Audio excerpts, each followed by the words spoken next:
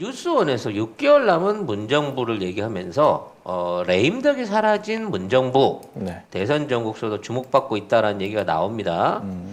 국정 지지율이 40% 안팎을 기록하고 있다라고 얘기를 하는데 반대쪽으로 조중동은 국정 비호감 그러니까 국정 지지율이 반대하는 지지율이 실패했다고 생각하는 사람 60%를 부정평가가 네. 뭐 60%를 넘었다라고 써대고 있습니다. 근데 사실 지금 생각해보면 이렇게 40%대 유지하는 대통령이 한 명도 없었어요. 우리나라에 한 명도 없었고 여기서 이 기사에서 이거는 뉴스원 기사인데 역대 대통령 취임 5년차 지지율을 보면 이제 마지막 5년차 노태우가 12, 그다음에 김영삼이 7, 김대중 대통령이 26, 노무현 대통령이 24, 이명박이 25, 박근혜는 뭐 단단이었죠? 없었지. 0, 막 호남에서 0도 나왔고 2% 미만이었죠. 뭐 4% 이거 조선일보 쓰다가 그것도 사실 지금 생각해보면 이상해. 지금도 아직도 박근혜에 대한 향수와 박사모의 영향력이 이렇게 큰데 그 당시에는 왜 2%밖에 없었을까도 이제 의심스러워. 저는 부끄럽잖아요. 노무현 대통령 때 만약에 이런 진보 유튜브 방송이 있었다면 24%안 나왔을 것 같아요. 당연하죠. 언론한테 우리가 다 속은 거지. 다 그때는 우리도 진짜 진짜인가? 이렇게 했잖아요. 무슨 뭐 어디? 뭐 시계 뭐 이런 얘기 나올 때 진짜인 줄 알았잖아. 난 아니에요. 난 한순간도 노무현 대통령을 의심한 적이 없었어. 그렇군요. 네, 전 그랬습니다. 아무튼 그래서 논두렁에 시계 찾으러 갔던 많은 분들이 결국은 시계를 못 찾아왔다라고 하는. 저는 그 말이 되게 웃기다고 생각했어요. 그러니까 말도 안 되는 얘기인데. 저 말도 안 되는 게 뉴스를 통해서 나오고 그 뉴스를 믿는단 말이야. 사람들이 저건 누가 봐도 말이 안 되는데. 근데 왜 나는 그때 그 생각했어. 왜 바닷가도 있고 깊은 산속도 있는데 하필 왜 논두렁에 논두렁에 버릴까? 정말 논두렁만 버렸다가 면 어떻게 내 찾아내리라라는 생각을 하고 있었는데 나는 아무도 못 찾았죠. 그러니까 저런 게 뉴스를 통해서 나온다는 것 자체가 이상하다는 생각을 했는데 사람들이 거기에 대해서 문제 제기를 안 하는 게 더 이상하더라고요. 그래서 이게 그냥 단순한 뉴스의 의미가 아니고요. 이거는 지금 기존에 있는 정책이라든지 민주당에 대한 지지도들이 사실은 정권 출범 초기하고 똑같은 겁니다. 득표율로 41%가 얻고 시작한 정권이었잖아요. 그렇죠. 그러니까 최소한 그 이상의 그러니까 문재인 대통령을 찍었던 지지층들은 아직도 굳건하게 그 이상의 지지율을 보여주고 있는 거고 저쪽 세력이 얼마나 있는지 모르겠습니다만 저쪽 세력이 60이라는 의미가 아닙니다. 제 생각에는 한 50대 20. 50은 관망세나 중도로 돼 있고 진짜 열혈로 윤석열을 찍어도 좋다라고 하는 나라가 망해도 윤석열이라고 할 수 있는 사람 20%못 될 거라고 생각하거든요. 그래도 한 30% 나오잖아요. 선거 때마다 보면.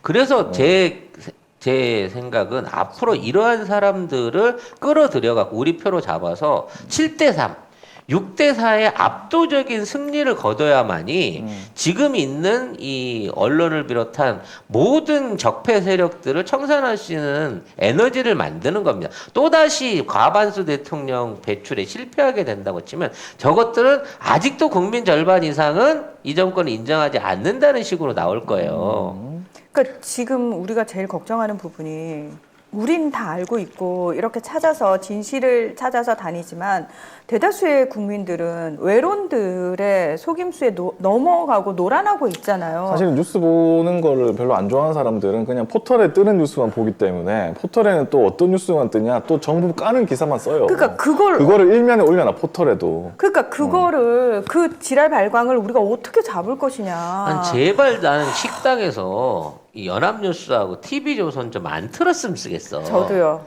왜 하나같이 식당에 가면 다 뉴스를 틀고 있는 거야. 종편 틀어놨어요? 좋은 쇼프로를 틀든지 드라마 제방을 틀어도 되잖아. 아니면 뉴스를 아예 안 틀든가. 왜 식당마다 다 획일적으로 물론 종편에 이제 우리 진보 채널이 없어서 그럴 수도 있겠습니다만 획일적으로 그따위 뉴스만 틀어놓고 난 공해요. 식당 갈 때마다. 아니 참, 너무 어이가 없어가지고 취소됐어야 할 종편이 살아남아가지고 그러니까 아직도 지금 살아남아 있잖아. 그래서 이 모든 것들을 바꿔잡기 위해서는 이재명 후보가 얘기했던 언론 개혁을 당선돼서 하는 게 아니라 아직 남아있는 5개월 안에 지금 해야 돼요. 지금 개혁을 해야 하고 돼요. 시작을 해야 된다는 네, 생각이 지금. 듭니다. 그렇게 할 수 있는 에너지를 보여주고 있는 거예요. 어떠한 정권, 아니 전 세계 유례를 털어서라도 이 집권 말기에 6개월 안 남은 이 시점에 이마만큼의 지지율을 발휘하고 있는 정권이 없습니다. 그 참 신기한 게 언론들이 그렇게 문재인 대통령 욕을 하고 정부 욕을 하고 거의 후보 때부터 욕을 하기 시작했거든요. 후보 전이지. 박근혜 될 때부터 문재인 후보를 욕을 했어요. 종편이고 조선일보고 막 계속 뭐라고 했는데 그래도 대통령 됐지. 그리고 그래도 한 40%는 나오지. 이게 참 저는 참 신기합니다. 그렇게 욕을 저주를 했는데 우리 정권이 최초로 한 번에 5점을 남기지 않고요. 비리나 뭐 연루가 돼갖고 장관이나 내각 안에 사고를 안 일으켜 사실상 최초의 정권이에요. 네.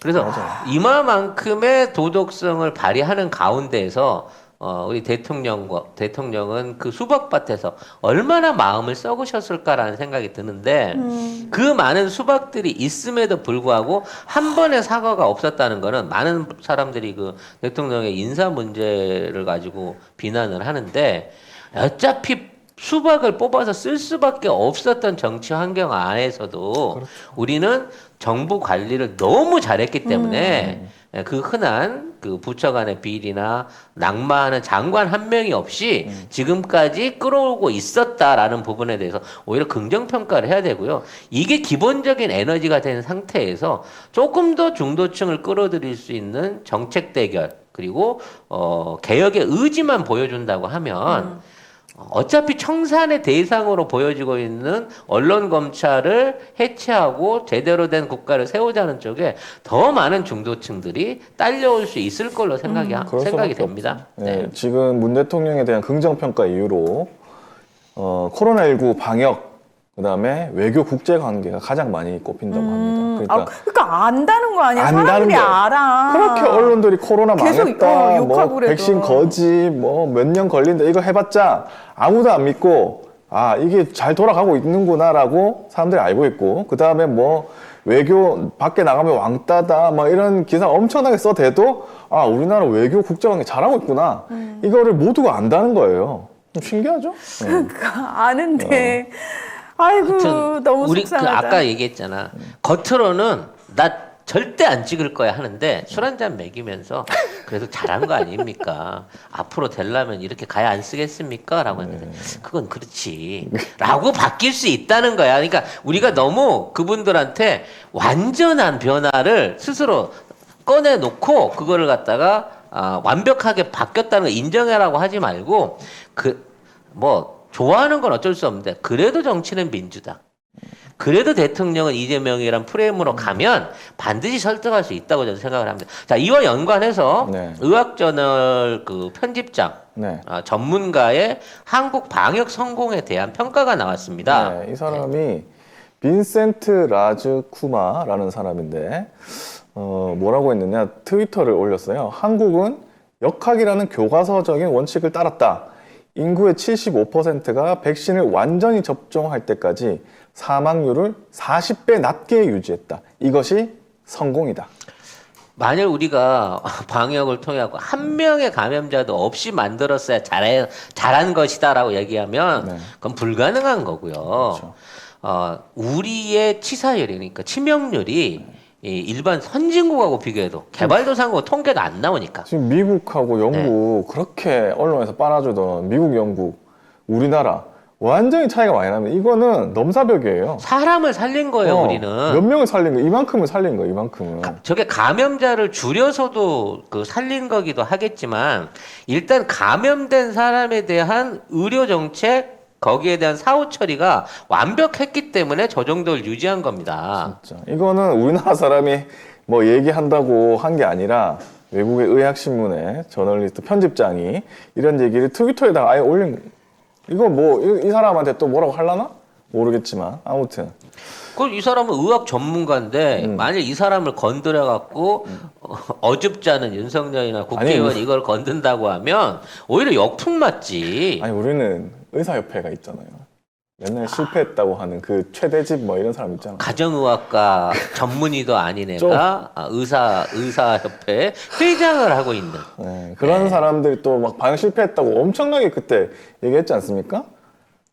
결과적으로 답답하네요. 이 팬데믹이 끝난 건 아닙니다. 우리나라는 지금 그 늘 말씀드리지만 베타 갖고 아니 델타 갖고 지금 이걸 이겨내고 있는 유일한 국가인 거고요. 아직 간만은 유입이 되질 않았어요. 간만은 영국하고 미국, 일본 등에서 지금 맹위를 떨치고 있는 것으로 보이고 돌파 감염을 계속 성공하고 있는 굉장히 위험한 상황이 있는 거거든요. 우린 지금 그것도 현재 아직 확산 위주로 들어오지도 않았어요. 근데 뭐 조만간은 들어오겠죠. 아무리 막는다고 하더라도. 그렇다고 한들 우린 이겨낼 수 있다라고 하는 일종의 자신감이나 시스템을 갖추고 있는 겁니다. 그렇죠. 이게 중요한 거예요. 한 번 이겼다는 게 아니라 어떠한 변수가 있어도 대한민국은 이겨낼 수 있고 이러한 시스템을 잘 유지하고 있다는 거고요. 다른 나라는 배우려고 해도 못해요.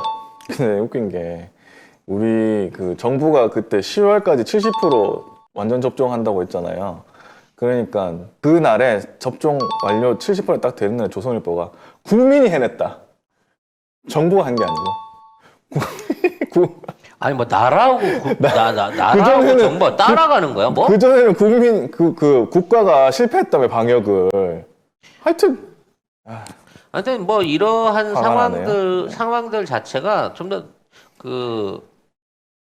알고 있는 거예요. 체감에서 우리 국민들은 알고 있는 알고 거기 있습니다. 때문에 결과적으로는 어느 정도는 마음속에 한 구석만큼 허물었다는 거지. 정말 걔네들 원하는 대로 네. 이태원 확산 사태 때 무너졌거나 그런 백신 부족 사태로 무너졌거나 이게 대량 감염이나 사망 사태로 이어졌다고 하면 전애들이 이긴 거지만 아니면 뭐 신천지 때 무너졌거나. 그렇지. 하지만 우리 정부가 거기에 대한 선결 대책을 세우고 그거에 대한 걸 진행을 했고 국민이 따라줬던 이 패턴이 있단 말이야. 일종의 신뢰가 쌓였어 방역에 관해서만큼은. 국가를 믿으니까 이렇게 하는 거지. 아니 우리 저기 예약률 100%였고 사람들이 백신 하자고 했을 때 따라줬던 적극적인 행동 자체는 물론 내가 살라고 했다고서 말할 수 있는 거지만 아니 근데 그때 국가에 대한 믿음 없이는 안 되는 성과였어. 그때는 언론들이 백신 맞으면 죽는다고 했다니까. 그럼에도 불구하고 다 맞았잖아. 그러니까. 그럼 그렇게 따졌다고 하면 그 사람들이 나중에 투표장 갔을 때 똑같은 패턴으로 생각해 보면 아무리 전애들이 거짓말을 한다고 해도 내 목숨을 위해서 내 국가를 위해서 하려고 하는 한 표를 그렇게 어리석게 쓰겠느냐라는 부분은 나는 조금 희망이 있다고 보는 거예요.